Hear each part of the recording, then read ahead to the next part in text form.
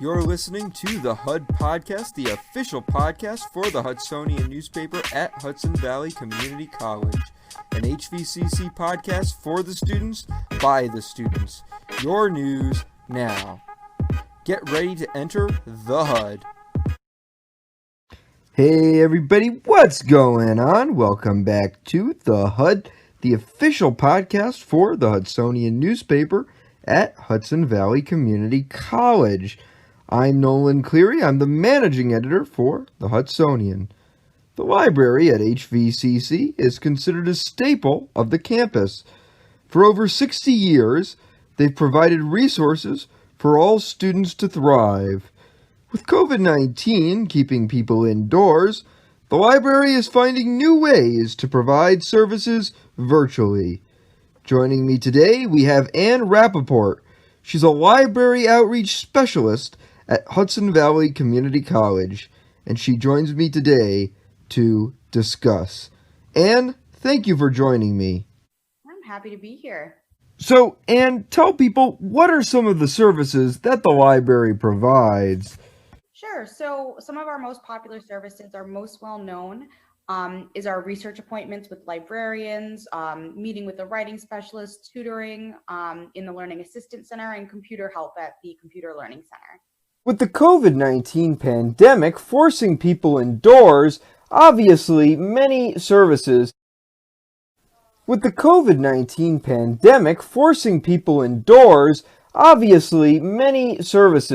have had to go virtual. Explain to us which services can be accessed remotely. So every service that I just mentioned is available remotely and in person by appointment. And each section of the Learning Commons does things a little differently. I know the writing specialists, they like to use Zoom. Tutoring is via Zoom. But some of the librarians, when they do their research appointments, they do them via the 24/7 chat option that you guys see in OneSearch. You're looking for resources on the library website. And what are some of the safety precautions you're taking for the students that choose to receive services from the library in person? So in person, I'm not sure, I think maybe we've only had one or two in person. But the way that things work is we've actually blocked off one of our study rooms, which is an open air study room. You might have seen it if you've been on the lower level of the library. So it is what used to be the IMC Center. So there's a large cutout window when you walk into the room that's, probably 12 feet wide. So it's not actually an enclosed area. And then we have a sign that says "Ask a Librarian," so people know that they're not supposed to go in there unless they have a reason. And then we have a table set up, with an appropriate amount of distance between the two people, and you wear masks, and you do the appointment like that in person. But like I said, most people, I think, really are preferring the remote and virtual appointments. So, if a student wants to enter the library in person, what's the type of process they have to go through?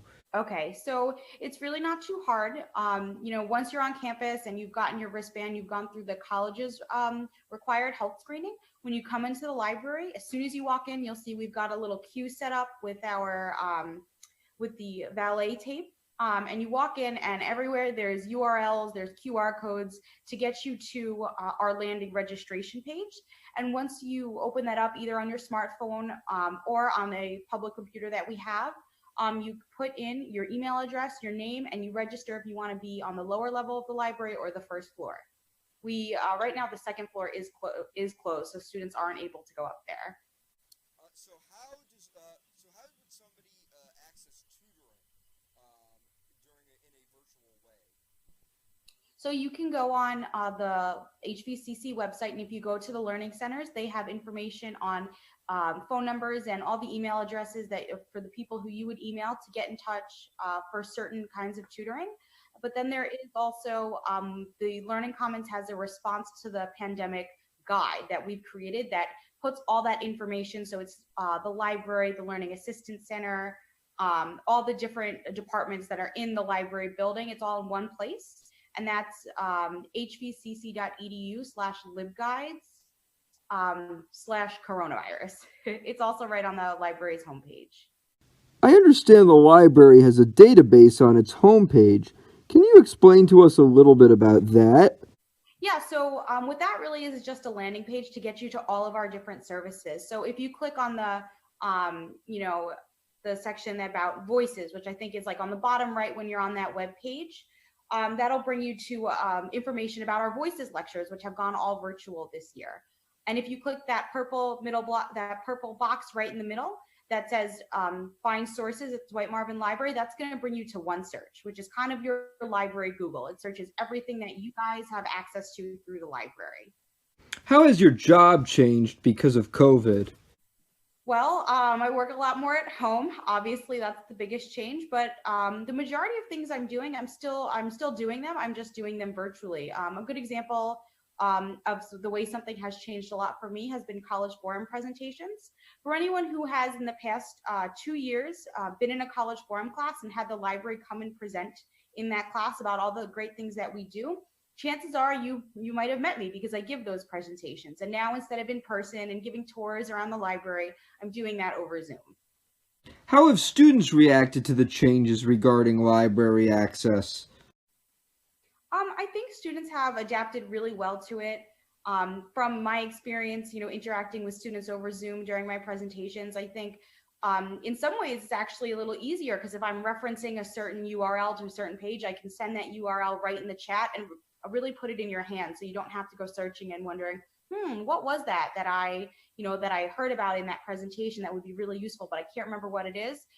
In the Zoom presentation, I'm able to just send it right to them. In terms of, go ahead. No, go ahead. I say in terms of in person, I think students have adapted really well. We really aren't having too much or any trouble with compliance in the library. People have been really respectful. Have the library hours changed since COVID began? So library hours are 8 a.m. to 5 p.m. Monday through Friday. We are closed on the weekends, but it's for right now 8 a.m. to 5 p.m. Monday through Friday until the semester ends. Right now, there's been some talk that Hudson Valley could go completely virtual again next semester if COVID cases continue to rise in New York. Could the library see significant changes if that's the case? I don't think so. As long as the library building itself is still open and students are still able to come in, for example, and get their textbooks, I don't think things will change too much. I mean, we have a couple different plans, going on behind the scenes, to adapt to whatever the campus decides. Many students tend to struggle with citing sources. Does the library homepage allow you to cite sources? Absolutely, yeah. So there's a couple different ways that you can get help when it comes to avoiding plagiarism and citing your sources. So the very first one that I would recommend would be the library's Cite Your Sources subject guide. The library actually and librarians create research guides for just about every topic that you can study at Hudson Valley, which really will help you get your research going. And one of the guides that has been created is Cite Your Sources guide. So it doesn't matter if you have to use MLA, APA, Chicago, whatever the format you need to use, we'll show you how to cite everything from in-text citations, footnotes, bibliography, works cited, no matter what it is. And there's examples, guidelines. I think one of my favorite things is that guide shows you how to cite a podcast. So if someone wanted to cite this podcast, they could. We do have two other ways that students can cite their sources or can get help with citations. One of them is meeting with a writing specialist. A writing specialist can always help you with that, or you can meet with a librarian. Those they can also help you out. What is the biggest change you've experienced since classes went on, what is the biggest change you've experienced since services have had to go online? Biggest change you've experienced since services have gone virtual? What's the biggest change you've experienced since services have gone virtual? I think for the library, the biggest change has really been that we miss the students. When you walk into the library now, things are obviously very different. Usually there's students everywhere, whether they're eating their lunch, taking a nap, reading a book, getting help. It really just used to be a hub. It was a real community. And now the library is very quiet, which I think for all the staff who work there, we really do kind of miss having the people around and being able to interact with you guys face to face. For me personally, it's just been, working with new coworkers, I guess, from home. I'm working with, the people I live with. Now, I know you mentioned voices lectures. What are your involvement in that, and how have those been going in the virtual environment? Earlier you mentioned the voices lectures. What has your involvement been in that, and how have the lectures been operating in a more virtual environment? All right, so I'm actually part of the Voices Committee, and I help do a lot of the administrative and the background work to make those Voices lectures happen. We just finished our last lecture of the semester last week, and that was hunting as a conservation tool with Katrina Talbot from the New York State Department of Environmental Conservation. And those have, I think, been going really well virtually. A big difference that we have seen actually with Voices is that we're seeing a lot of people watching Voices lectures after the fact. Our views on YouTube are way up. All of our Voices lectures are available on YouTube for people to watch, and I think now more than ever, people are really relying on that. One of the biggest things students tend to complain about is textbooks. Can students access free textbooks online through the library? So there are some books that students might require for classes that are online, but the reserved textbook collection, which are those textbooks that are only available in print, those are in the library only. So they would have to come in to access those. And our policy with our textbooks is that, they don't leave the library. If they're part of that reserved collection, you can use them for the day, but you do have to return them before you leave.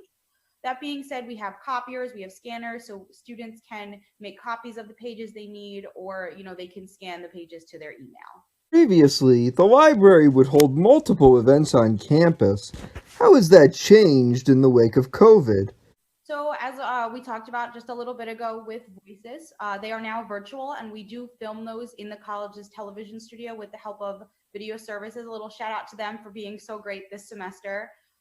So obviously we're doing that virtual, and actually it's funny that you mentioned that because we're just starting to let everyone know about our De-Stress Fest fall 2020, and that's going to be happening the second week in December, right before the last week of classes, and we're going to be doing everything virtually via Zoom. We're going to do library bingo, where students have a chance to win a $25 gift card to Stewart's. I know that the therapy dogs is always a huge, a real highlight for students during finals week. So instead of the in-person therapy dogs, we'll be doing a meet and greet with library staff and their pets. We're all working from home, so it's the perfect time for you guys to get to know maybe us a little bit more and our pets. We'll also be doing the relaxation room, which is so popular. We'll be doing that again on Wednesday, Thursday of that week, and that'll again be via Zoom.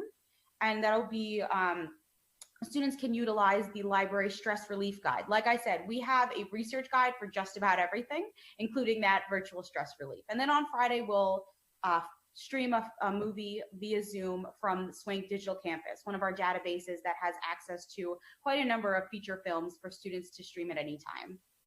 As you stated previously, the library online database is known for all the films they provide. How can students access some of these films? So they can access that just by going to the library's website or the library's page on the HVCC website. When you hit that purple box that we talked about, the find sources, if you click on that, it'll bring you to the OneSearch landing page, and you can find our database finder. And on the database finder, you'll just scroll to Swank Digital Campus. And who can students contact if they want more information on how to access the library? So you can get it from a huge number of places. You can call the library, you can send us a DM on Instagram, you can send an email to any of our staff. And if you're on OneSearch, you can send a 24/7 chat to one of our librarians. All right, everyone. Once again, this about wraps up this week's episode. Anne Rappaport, thank you again for joining me. Yeah, thank you for having me. I did want to make one small correction to something I said. I got the URL wrong for our Learning Commons Services in response to the coronavirus pandemic. So that's actually libguides.hvcc.edu/coronavirus. All right, thank you once again, and make sure to tune in next week for a very special episode of The HUD, when we talk to a number of former Hudsonian staff about their time and experience at the paper. Stay tuned. To read more about the following stories, make sure to head over to thehudsonian.org for the latest on-campus news from the Hudsonian, and make sure to listen to new episodes of The HUD every Monday.